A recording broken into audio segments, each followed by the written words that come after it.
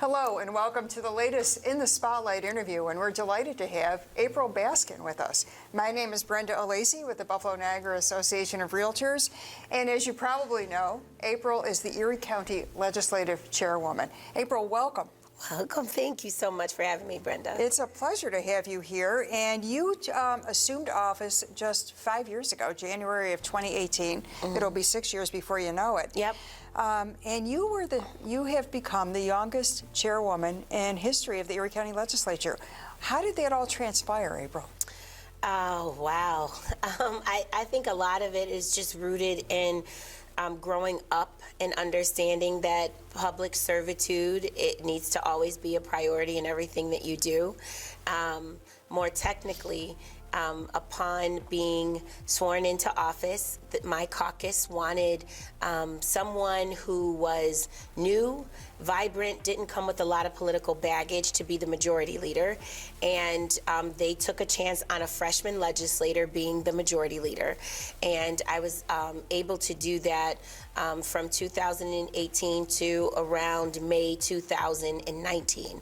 In May 2019, the chairman of the legislature, who is now Judge Peter Savage, moved on from being a county legislator to a city court judge, and the honor of the House and the legislature is that the majority leader will assume the position of chairperson if the chair vacates their seat. So that did happen, and because I was the majority leader, I was promoted chair. I was the first legislator in history to ever be the chair in their first term of office, and not just the youngest chairwoman in history, but the youngest person in history to chair the legislature back then at age 36. So it had to be head spinning, right? You're in office for the first time. All of a sudden, Peter Savage goes to the bench and you go up the ladder and you're the chairperson. That's it. How were you received by especially some of the veteran legislators? That's a good question. When you are someone who is younger and less experienced than a lot of the colleagues that you have to preside over, that does present nuanced conflict sometimes. But I've always been a person that really, truly appreciates the individuality, lived experiences that everybody brings to a situation. So I never looked at myself as the person in charge or the chair presiding over the legislature, but just like a team leader. And I've always made it a point to make sure that communication remains open, and that people who have had experiences that I've yet to experience in life will actually add value to my leadership. So I don't make decisions without talking to people who have gone through it before, who have been an elected official longer than I. So I was actually, I think, received quite well, because my approach was not one of wanting to be the boss or in charge, but one who just wanted to make sure that communication was on par and that we always prioritize the residents of Erie County in our governing. I love that, April, because not everybody does that. Not everybody has the insight to do that when they get some power, so kudos to you. Let's talk specifically about some legislative action that you've taken that relates to the world of real estate. Fair housing, the Fair Housing Act, has been a significant bill in your tenure. Why was that so important for you? Well, one, it was the first piece of legislation that I got to pass in 2018 after becoming a legislator, but more intimately, when I was first divorced back in 2015, abruptly became a single mother who migrated back to Buffalo after living in New York City for 10 years. Me and my then 5-year-old daughter needed to find a place to call home. And I remember looking for apartments and having landlords tell me, "You're single family income. I don't want you to be late with your rent.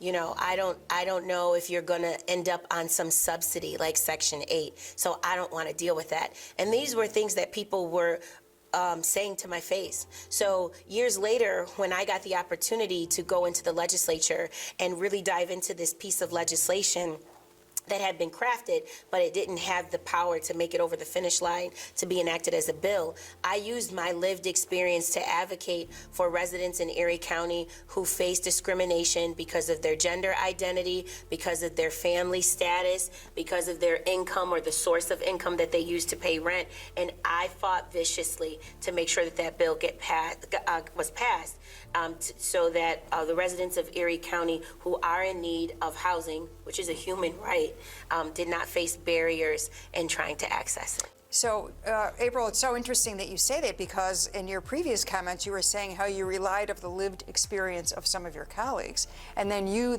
brought that to your own experience with housing. Now, fast forward, was it 10 years, and now you're buying your own home. You said you're a first-time home buyer. You told me that just before we went on. What's it been like for you to be a homeowner in the short time that you have been? Well, I'll start with the positive. I am so grateful to be able to embrace just true ownership and equity, to be able to pass down to my children, knowing that every investment that I make in the roof over our head is actually an investment that will progress our family down the road. So I feel quite victorious and just blessed to have the realtor that I've had and the mortgage company that I've had. I've learned so much about financial management. Some things that I've learned is that you are now your own landlord. And, I didn't realize when in Buffalo, water bills are often taken care of by their landlord. So learning to navigate that, learning to pay for my own trash can, learning what it means to make sure that the boiler is working. There's a leak in the roof of the home that I just bought. So there's nobody to pick up the phone and call. I actually have to call myself and figure out how to be responsible and keep the property up. So a lot of management things in the space of home ownership is very new to me that I'm learning a lot about, but the economic empowerment that will be with my family forever is invaluable. I remember the first time we bought a house, it's the first time I felt like a true adult. It's exactly what you just described. Everything is on you, and you got to figure out a way to pay for it and to make it work, and to make sure that everything is set up for the next season too, especially now as we enter the winter season. Right. I think about things like when I'm in the store, I'm like, shovels. I need one of those. Like, I never really thought about or noticed the quality of a shovel. Like, what does this one do? That wasn't a big deal to me until now. It's an eye-opening experience for sure.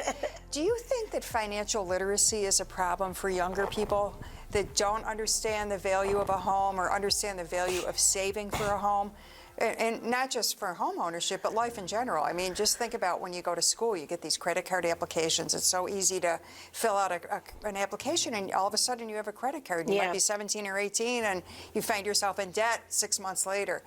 So to me, April, it seems like financial literacy is a given that should be taught, and it just isn't.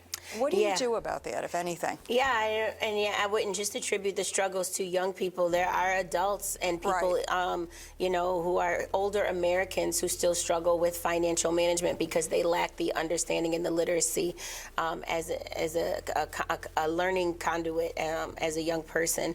So I think that those of us who run financial literacy workshops should begin to explore the new and innovative ways to connect with the communication patterns that we use today. I have a close relative who is now a history teacher through an interactive video game, and I really, really think that it's genius because I know myself, my teenager, and so many younger people and older people spend so much time on social media and just interacting with technology and AI. So I would find creative, innovative ways to introduce financial literacy and financial management to the world today. As we communicate with each other, which is, a lot of that is technological advancements. No doubt. AI is going to be in our vocabulary for a long time to come. Before we close, I have to ask you about the stadium and the negotiations of what you went through to get this monumental deal done.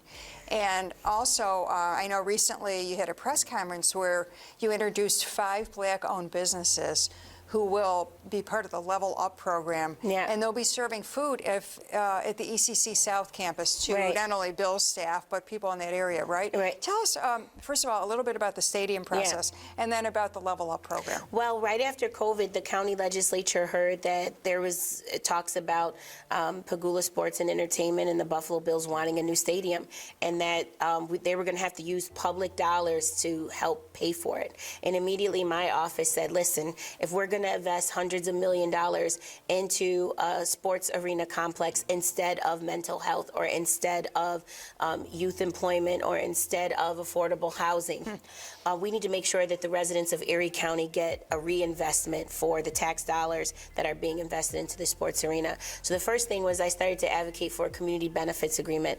Never before has there been a community benefits agreement affiliated with Erie County and Buffalo's NFL team. And so we successfully, after a year, negotiated $100 million investment, as well as some carve-outs for the new stadium, which talked about investing into diversity when the stadium is being built and after it's built. And so shortly after that, I developed the Level Up program, which is a program that just trained a lot of residents on how to get prepared for the opportunities that are in the CBA. And we got contractors who are working with developers.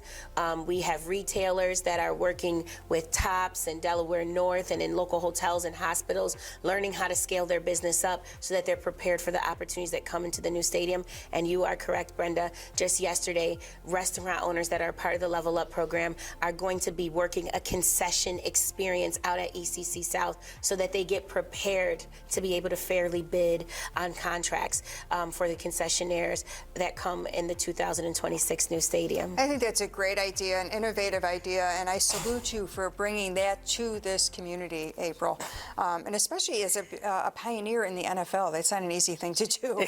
So thank you so much for being here today. Thank you. And continued success as you represent District 2 in the legislature. Yes. Thank you so much. I look forward to talking with you in 2024. Thank you, Brenda. Thank you for having me. That'll put a wrap on this edition of In the Spotlight. I'm Brenda Alesi, and we'll see you next time.